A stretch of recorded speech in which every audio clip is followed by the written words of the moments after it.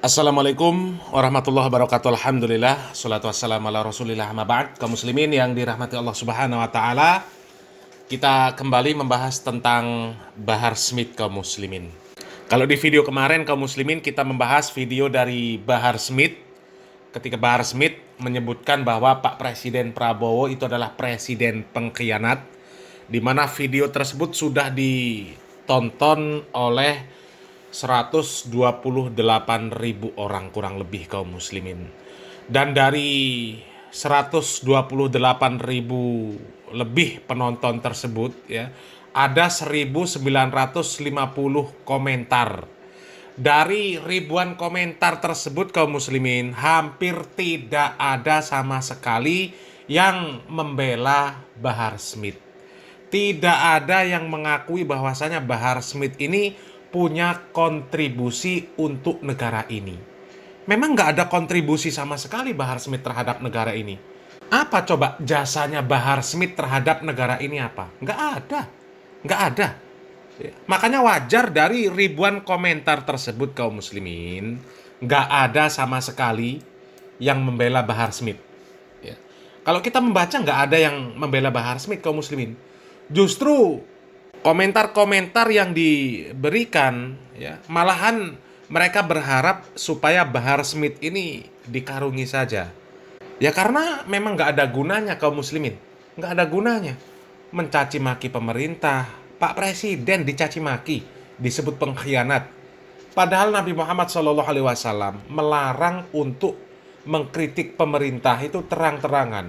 Mengkritik penguasa secara terang-terangan. Nggak boleh kaum muslimin. Ya.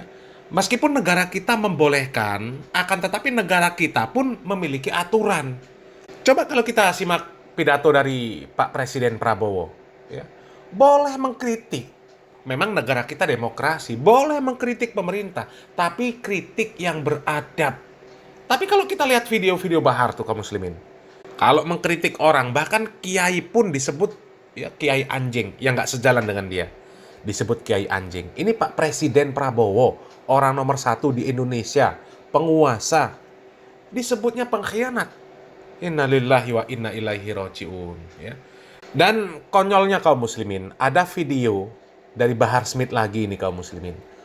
Seolah-olah Bahar Smith ini memiliki jasa yang besar bagi negara, memiliki jasa yang besar bagi rakyat Indonesia. Padahal apa sih jasanya kaum muslimin?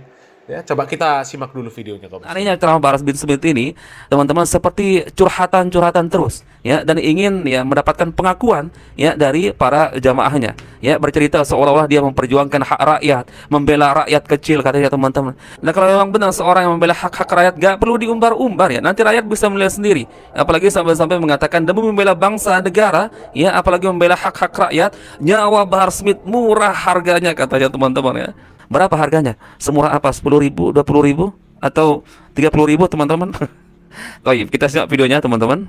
Saya, Bahar bin Ali bin Smith, berkali-kali saya masuk penjara, saudara-saudara. Berkali-kali. Kenapa saya masuk penjara? Apakah karena diri saya yang saya bela? Terus? Apakah yang saya bela anak istri saya?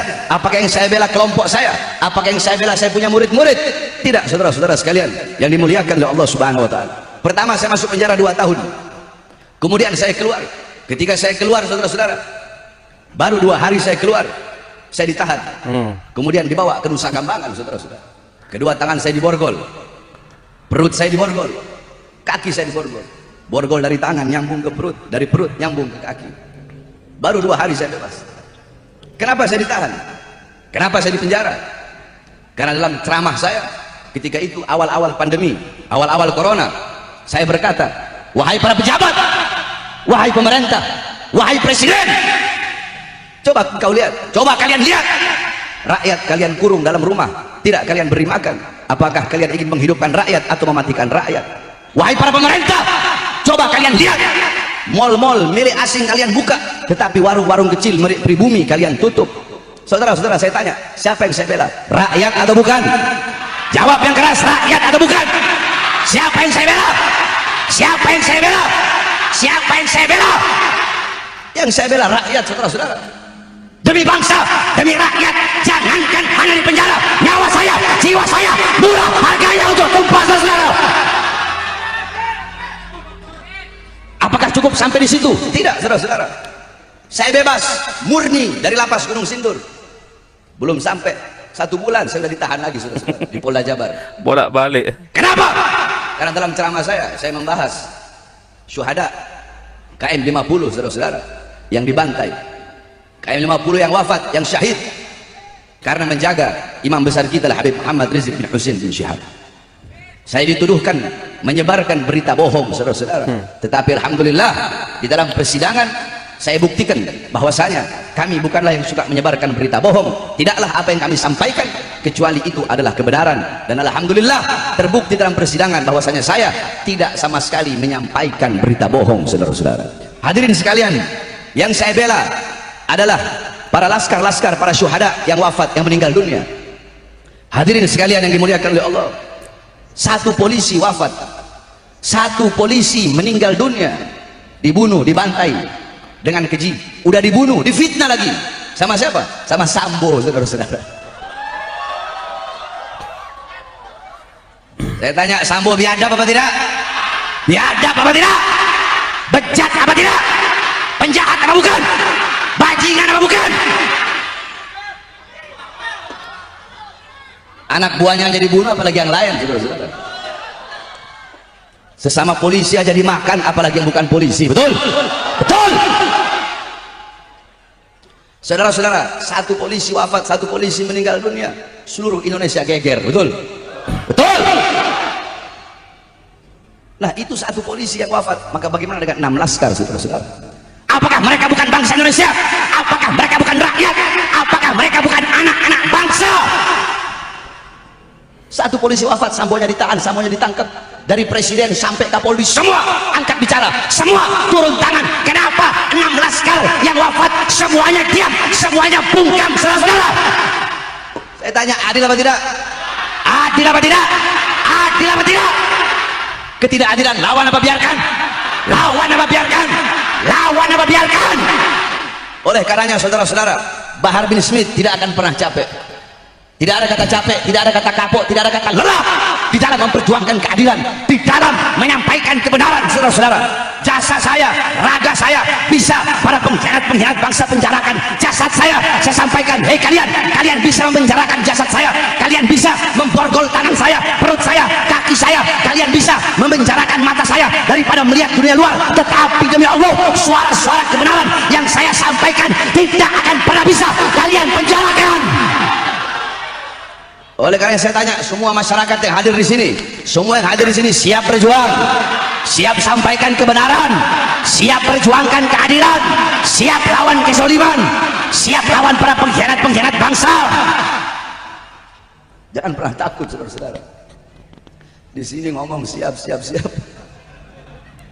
Ntar ditahan polisi keok. Banyak orang sekarang ini beraninya lagi banyak orang doang. Lagi sendiri ampun-ampun. Ini ceramah atau curhatan, ya, subhanallah. Ini seolah-olah teman-teman kita bisa menangkap jadinya, ya, dengan banyaknya yang sudah kita saksikan dari video-video Bahar Smith ini, seolah-olah dia ingin mendapatkan pengakuan sebagai seorang yang berjuang, ya, agar suatu saat misalkan dia dikenang sebagai seorang pejuang. Ya nggak bisa. Ya kalau memang seorang itu betul berjuang untuk negeri ini tanpa harus mengumbar, ya, menceritakan tentang dirinya sendiri, orang-orang bakal tahu. Ya contoh para pahlawan yang telah gugur, teman-teman, kita nggak pernah bertemu dengan mereka. Akan tetapi cukup kita membaca misalkan biografi mereka, teman-teman, kemudian cerita-cerita dari para sejarawan tentang perjuangan mereka, itu kita sudah yakin, teman-teman, lah ini, ya, dia menganggap dirinya sudah berjuang, teman-teman, padahal ya track recordnya sangat-sangat mudah untuk kita temukan, teman-teman, ya. Dia keluar masuk penjara ya karena memang dia melanggar hukum, ya. Tetapi ya seperti itulah, di depan para jamaahnya ketika berceramah, ya jelas ini membela diri, teman-teman, ya, agar ya seolah bersihlah namanya di depan para jamaahnya, terutama, teman-teman. Betul, kaum muslimin. Bahar Smith itu sebenarnya nggak punya jasa untuk negeri ini, kaum muslimin. Tapi dia berusaha untuk memframing pada jamaahnya bahwa dirinya ini adalah orang yang berjasa untuk rakyat. Dia keluar masuk penjara itu adalah demi membela rakyat. Rakyat mana yang dibela? Hah? Rakyat mana yang dibela, Bahar? Justru ucapan-ucapanmu itu membuat jamaahmu itu benci kepada pemerintah. Kalau jamaahmu jadi penceramah juga, maka jamaahmu akan mengikuti caramu mengkritik pemerintah, mengkritik terang-terangan di mimbar. Dan itu bukan manhaj ahlu sunnah wal jamaah. Coba kalau kita lihat para asatid salafi kaum muslimin, nggak ada satupun dari mereka yang mengkritik pemerintah secara terang-terangan. Nggak ada. Meskipun pemerintah itu terang-terangan zolim, ya, meskipun zolim, tapi tetap nggak boleh mengkritik pemerintah terang-terangan. Nabi Muhammad SAW sejak beliau masih hidup, beliau sudah memberikan nasihat kepada para sahabatnya. Kata Nabi Muhammad SAW, nanti setelah aku akan ada seorang pemimpin yang tidak mendapatkan petunjukku, tidak mendapatkan petunjuk dari syariat Islam, dan tidak pula melaksanakan sunnahku. Wasayakumu fihim rijal qulubuhum qulubus syayatin fi jusmanil ins. Nanti akan ada di tengah-tengah kalian orang-orang yang hatinya hati setan, namun jasadnya adalah jasad manusia. Kemudian para sahabat bertanya, wahai Rasulullah, apa yang harus kami lakukan apabila kami menemui zaman yang seperti itu? Maka Nabi Muhammad SAW mengatakan, dengarlah dan taatlah kepada pemimpinmu, walaupun mereka menyiksa punggungmu dan mengambil hartamu. Tetaplah mendengar dan taat kepada mereka. Coba, ya. Seandainya ada pemimpin yang sampai memukul rakyatnya, mengambil harta rakyatnya, Nabi Muhammad SAW memerintahkan untuk mendengar dan taat kepada mereka. Apalagi sekedar ijtihad pemerintah demi kemaslahatan rakyatnya. Seperti masalah COVID. Ada kemarin pembatasan sosial berskala besar ya. Dan apalah istilahnya itu. Itu kan demi kemaslahatan rakyatnya. Pemerintah nggak sampai merampas harta rakyatnya. Nggak memukul rakyatnya. Maka itu belum lagi seperti yang dikabarkan oleh Nabi Muhammad SAW. Dan lebih pantas kita taat kepada pemerintah. Kecuali pemerintah tersebut terang-terangan mengajak kita untuk memaksiati Allah Subhanahu wa Ta'ala, untuk bermaksiat kepada Allah Subhanahu wa Ta'ala, maka barulah kita tidak taat kepada pemerintah. Selagi ijtihad pemerintah untuk kemaslahatan rakyatnya, maka kita wajib taat kepada pemerintah. Al-Quran pun mengatakan, ya ayyuhalladzina amanu ati'ullah wa ati'ur rasul wa ulil amri minkum. Kalau sebatas masalah ijtihad demi kemaslahatan rakyat, itu kan ijtihad pemerintah, usaha pemerintah. Bisa berhasil, bisa gagal, bisa salah, bisa benar. Ya. Tapi kalau pemerintah terang-terangan, misal tidak boleh untuk melaksanakan sholat berjamaah tanpa adanya alasan yang syar'i, alasan yang dibenarkan, ya, maka kita tidak boleh taat. Apalagi terang-terangan bahwasanya, ya, pelarangan sholat berjamaah tersebut adalah demi orang kafir. Maka kita tidak boleh taat dalam rangka bermaksiat yang seperti itu. Kemudian misal pemimpin memerintahkan kepada rakyatnya untuk memberikan sesembahan ketika musim-musim tertentu, untuk memberikan sajen, untuk berbuat kesyirikan, baru kita tidak boleh taat kepada pemerintah yang seperti itu. Ya. Tapi kalau ijtihadiyah pemerintah kemudian dilawan, itu adalah ciri-ciri khawarij. Seperti yang disampaikan oleh Ustadz Abu Yahya Badrul Salam di video sebelumnya kaum muslimin. Bahwa ciri orang-orang ahlul hawa, ciri orang-orang ahlul bid'ah, orang pengikut hawa nafsu, ya, mereka mencaci maki pemerintah terang-terangan, bahkan mendoakan pemerintah dengan keburukan. Kalau si Bahar ini jelas kaum muslimin, mencaci maki pemerintah, ya, dan mencacinya pun di hadapan para jamaahnya, menyebutkan pengkhianat. Pak Presiden baru dilantik disebut pengkhianat kaum muslimin. Manhaj ahlu sunnah wal jamaah tidak mengajarkan yang seperti itu. Meskipun di negara kita kaum muslimin, sekali lagi, boleh mengkritik pemerintah di muka umum, dijamin oleh undang-undang, tapi dengan cara yang sopan. Pak Prabowo di dalam pidatonya mengatakan seperti itu kaum muslimin. Coba kita simak videonya. Saudara-saudara, ada segelintir orang yang punya budaya caci maki, jelek-jelekin, cari masalah, ya kan? Padahal Saya percaya mereka ini mungkin sudah ditutup hatinya, ditutup matanya. Saya tidak paham mereka itu. Ya. Kesulitan, kekurangan kita akui, kita atasi bersama. Koreksi, kita koreksi. Tapi bangsa yang besar, janganlah mempunyai adat, mempunyai kebiasaan caci maki antara kawan, caci maki dengan pemimpin, caci maki itu saya kira tidak baik. Itu bukan ajaran agama kita, itu bukan ajaran agama-agama lain pun. Saudara-saudara, rakyat kita tidak suka mereka-mereka yang bicaranya kasar, ya. Pribadi kita bukan pribadi seperti itu. Jangan bawa budaya-budaya dari mana. Bangsa Indonesia adalah bangsa yang penuh sopan santun. Saudara-saudara, kritik dengan baik, koreksi dengan baik. Saudara-saudara sekalian, dan akan terbukti tidak lama, pasti semua yang berbuat tidak baik akan kelihatan dan akan ketahuan. Tuh, Pak Presiden Prabowo sudah menjelaskan, kalau ada kesulitan kita atasi bersama. Kalau ada kesalahan, benahi bersama.